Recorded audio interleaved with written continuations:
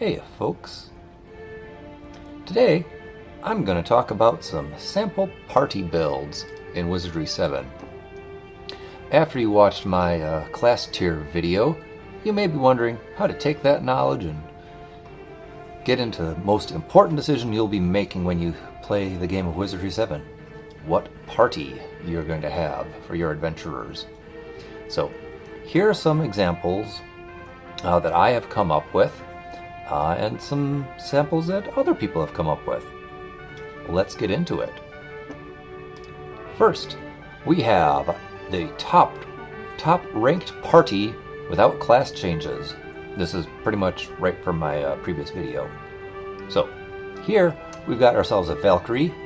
She's going to serve as your tank. She can eventually heal, buff, and remove all the debuffs. We got ourselves a Samurai who can also tank. He can cast Nuclear Blast, and he can buff. We got our Ranger, who could be an off tank if you need it. Eventually can heal and remove debuffs. We have the Ninja with his thieving skills. He can heal and also remove debuffs eventually. By the way, he can also flip out and kill things. Then we've got our Bard with the infinite sleeping abilities. Eventually she'll be able to cast Nuclear Blast and buff. Then our Priest, who from the get-go heals, buffs, and removes debuffs. What are the advantages of this party? You got 3 members of it who can cast Nuclear Blast. I'm sorry, 2 members. Just 2 members. But we have 2 solid tanks and a 3rd off tank. You get infinite crowd control with your Bard and her Poet's Lute. Heck, you could make the Ninja or the Bard or the Ranger into your Thief character here. You've got solid healing from your Priest, and then later the Valkyrie, the Ninja, and the Ranger. What is the downside? Not everyone can hide. So, when you face monsters that do area of effect damage, you're just going to have a lot of your party members just soaking it up because they can't hide. This group configuration should be plenty good for normal or easy difficulty playthroughs. Next we have the top ranked party with class changes. So here you're going to start with a party of Valkyries, 2 of them, a Ranger, a Bard, a Priest, and a Mage. Eventually you're going to class change your Valkyries into Bards, and then they'll change it back into Valkyries for the end game. Your Ranger will change into a Samurai. Your Bard will change into a Lord. Your Priest will change into a Mage and then a Ranger. Your Mage will become a Priest and then a Ranger. What are the advantages of this party? Everyone is going to be able to cast Nuclear Blast, which is awesome. There's going to be plenty of healing and buffing, and plenty of good gear in the end game. What are the drawbacks? There's going to be a little bit of babysitting during your level ups to guarantee your stat increases, but I'm going to give you a hint. Since you're only class changing once or twice on these characters, level up to level 18 or so, or once you get all the spells you need out of a class. And that way you should have all the stat increases that you need. Now, random numbers say you might not, but you're really likely to. And once you get to 18th level, that's when you start maxing out how much XP it takes to level up. So make a character get up to about that level before you do the change. So next, we're going to look at some parties that other people have suggested. First up, we have from Crimson Tier, who is the host and creator of the amazing walkthrough that I've used for my playthrough. His website has animated maps, all the gear stats out there. It's just an amazing reference. So I'm kind of giving this shout out. So Crimson Tier's favorite party consists of a Valkyrie, a Monk, a Ninja, a Bard, Priest, and a Mage. You can probably figure out what role each of these characters is going to play. And so my opinion here is this is a pretty well-rounded party. 3 of these characters are going to learn the Thaumaturgy School of Magic, which is Nuclear Blast, and 2 of them can be healers. But my opinion is that the monk and the ninja, due to the amount of armor they can wear, are going to be pretty short on the endgame gear to use. The other drawback to this party is, again, not everyone can hide. That being said, it can almost any party can handle easy difficulty. And this one can even probably do normal difficulty. Next, Crimson Tier offers the suggestions for a melee-focused party. You've got a lord, a samurai, 2 ninja, 2 monks, and then a ranger. Again, my opinion here, it does what it says it's going to do. You're going to use the attack command a whole lot. Drawbacks that I see here are, first off, there's a severe lack of healing in the early game. Until you get to level 3, when your lord and ranger are going to be able to learn magic, there's nothing you can do. You are going to need to get yourself into the starter dungeon right away and park your butts next to the healing fountain. And then you just wander the starting dungeon grinding up a couple levels. Another problem I see is only one character casts Nuclear Blast. Not everyone's going to be able to hide. Looking at you, Lord and Samurai. And half of the party isn't going to get very good endgame gear. So, for this one, this is maybe one of those parties that's going to have a hard time even with easy difficulty. But once you get those first few levels out of the way, the game is going to open up a lot more. Next, we're going to look at some of the parties that are suggested in the Wizardry 7 strategy guide.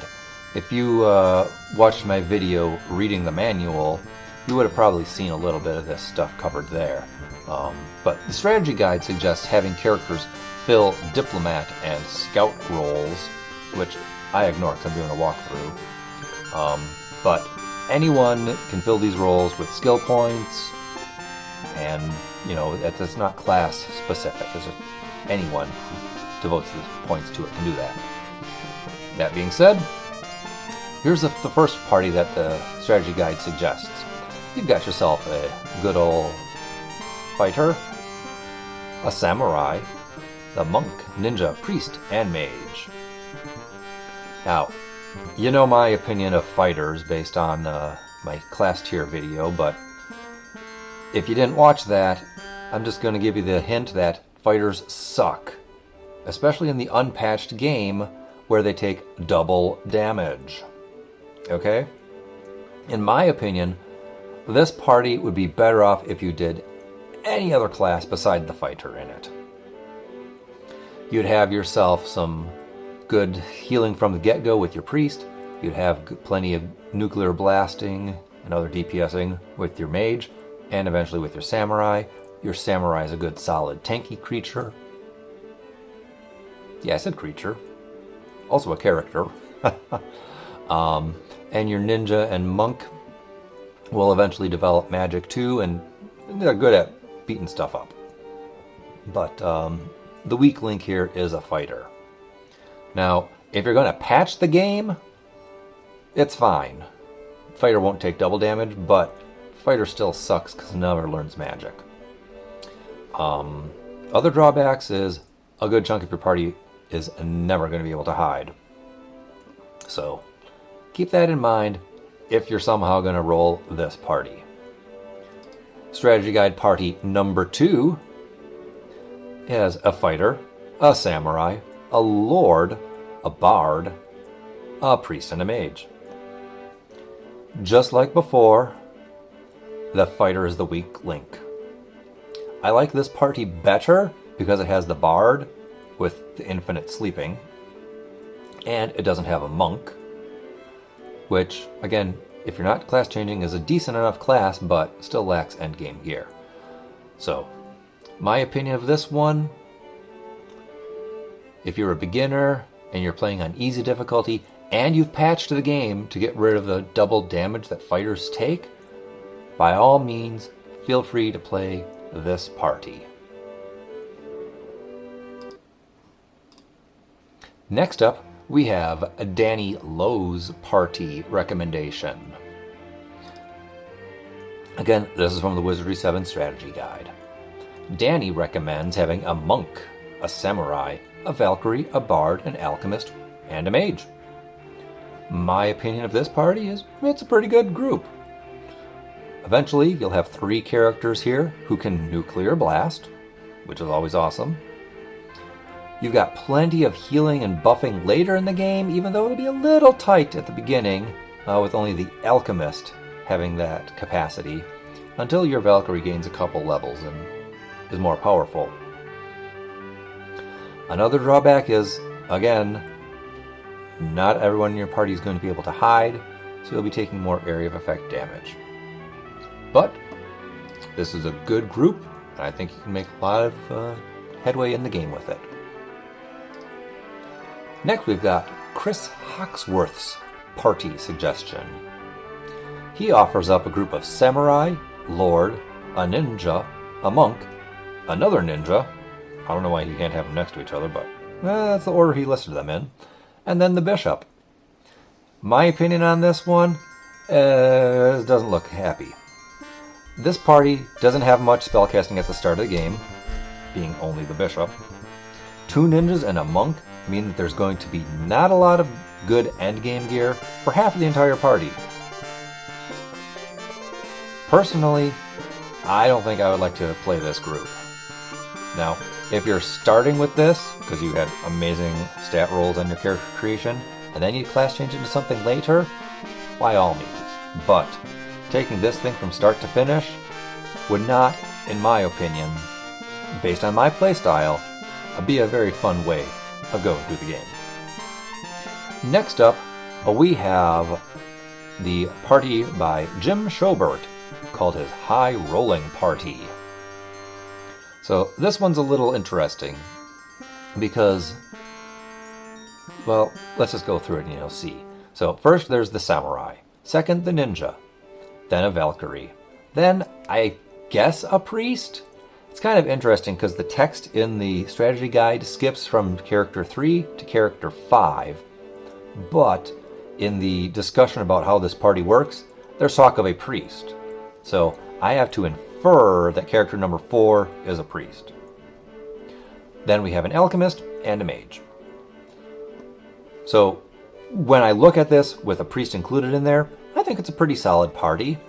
You've got 2 good solid tanks in your samurai and Valkyrie. I would move the Valkyrie up into the second slot rather than the ninja, but you can easily do that. You got 4 characters who can cast healing spells eventually. You've got plenty of buffs from your priest and your mage, and your samurai and mage are going to be your source of nuclear blast. Standard drawbacks to this party are, in this case, only the ninja can hide. And again, ninja, not much in the way of endgame gear, but that's only 1 out of 6 characters, and that's a little quibble. So here's a little bonus. If you watched my playthrough of the D Forte mod, you'll know that I had a party of class changers.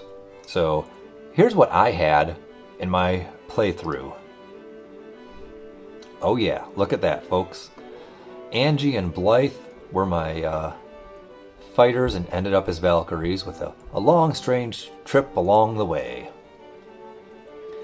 Then we had Connie, who started out as a thief, became a ninja, samurai, back and forth until she ended as a ninja. Deirdre was our bard, who also went back and forth from samurai to ninja until she went back to being a bard.